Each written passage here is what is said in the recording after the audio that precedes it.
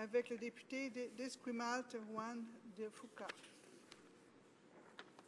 Je sais que l'heure se fait tardive, mais j'aimerais profiter de ce temps de parole pour partager mon opinion et débattre du projet de loi C-32, loi édictant la Charte canadienne des droits des victimes et modifiant certaines lois. À la lumière de ce qui est proposé dans le texte, je suis d'avis que nous devons tous et toutes, à titre de législateurs, s'unir afin d'appuyer cette initiative du gouvernement. Je tiens cependant à dire qu'à mon humble avis, le projet de loi ne va pas assez loin en matière de protection des droits des victimes, comme le pensent d'ailleurs plusieurs experts en la matière. Je reviendrai d'ailleurs sur les raisons pour lesquelles je crois que ce texte actuel devrait être bonifié.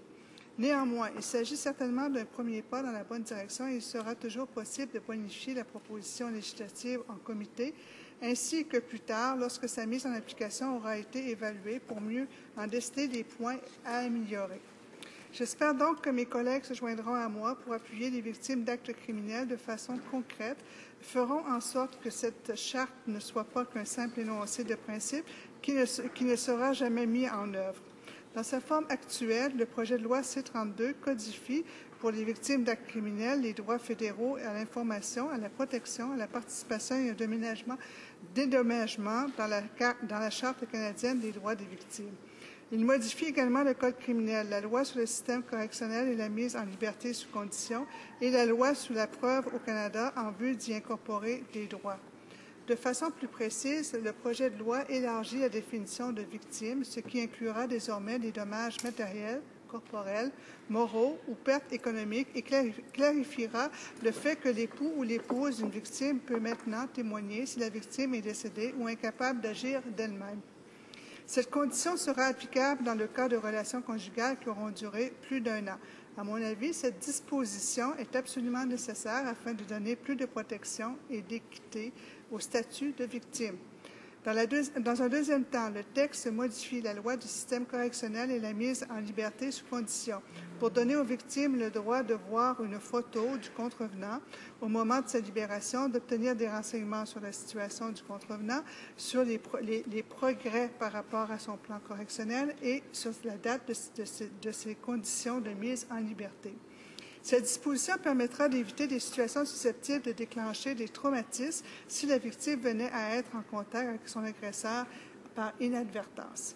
Elle permet également d'obtenir des informations que la victime pourra utiliser afin de prendre des décisions éclairées sur la façon dont elle poursuivra sa vie. Lorsqu'une personne condamnée aura complété sa peine, par exemple, elle pourra prendre certaines dispositions sachant la date de remise en liberté de son agresseur.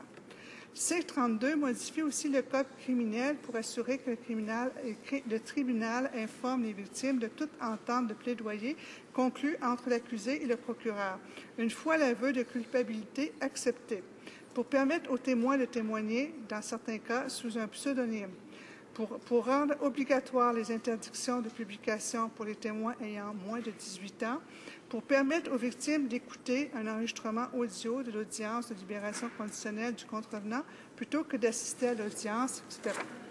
Pour permettre aux témoins qui parlent au nom d'une victime d'apporter une photographie de la victime, à moins que cela ne trouble les procédures judiciaires. Une autre modification apportée porte sur la loi sur la preuve au Canada et précise qu'une personne qui n'est inhabile à témoigner ni non contraignable pour le poursuivant pour la seule raison qu'elle ou il est marié à l'accusé.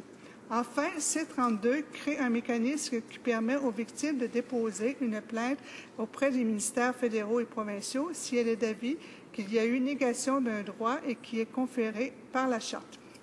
Il codifie également le droit de rendre une ordonnance de dédommagement et précise que la suramende compensatoire pour les victimes doit être payée par un délai raisonnable fixé par le lieutenant-gouverneur de la province où elle est imposée. Voilà donc toute une série de mesures qui seront susceptibles de recentrer le débat autour des droits des victimes, à condition qu'elles soient appliquées.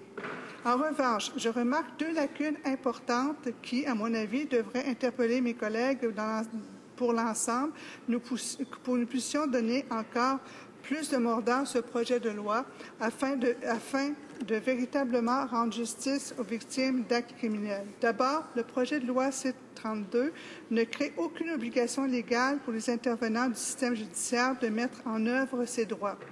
Ainsi, la Charte inclut seulement un accès possible à un mécanisme assez flou de plainte au sein des ministères, agences ou organismes fédéraux qui jouent un rôle dans le système de justice lorsque les droits des victimes ont été enfreints.